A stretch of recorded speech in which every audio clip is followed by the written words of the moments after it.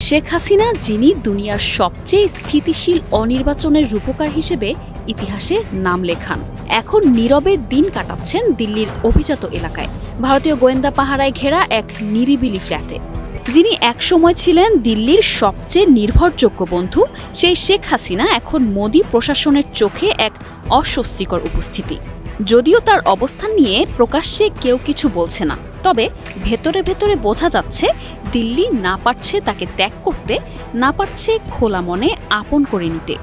আজ শেখ হাসিনার চারপাশটা এতটাই অবরুদ্ধ যে নিজ দলের শীর্ষ নেতারাও তার নাগালের বাইরে।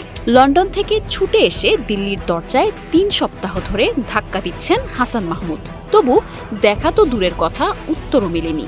এমনকি দলের সাধারণ সম্পাদক ওবায়দুল কাদেরকেও নাকি ফিরিয়ে দেয়া হয়েছে দিল্লির দোরগোড়া থেকে।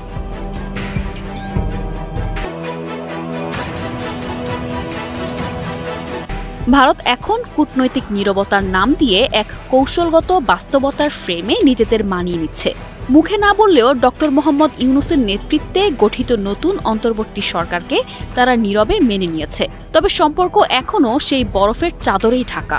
সব মিলিয়ে দুই দেশের কূটনৈতিক উষ্ণতা এখন কেবল প্রেস বিজ্ঞপ্তিতেই সীমাবদ্ধ। আজ শেখ হাসিনা কেবল একজন রাজনীতিক নন, তিনি যেন রাজনীতির জটিল হিসাবের এক চলমান ভুল। দিল্লি এখন তাকে ছুঁতেও চায় না, আবার সরাসরি না বলতে সাহসও করে না। আর আওয়ামী লীগ তাকিয়ে আছে দূর থেকে। শেষমেশ একটা প্রশ্ন থেকেই যায়, তিনি কি আবার দৃশ্যপটে ফিরবেন, নাকি কালের খাতা তাকে কোনো পাতায় টুকে রাখবে? ইতিহাস কখনো কখনো নিজের চরিত্রদের চুপি চুপি পর্দার আড়ালে পাঠিয়ে দেয়, কোনো ঘোষণা ছাড়াই।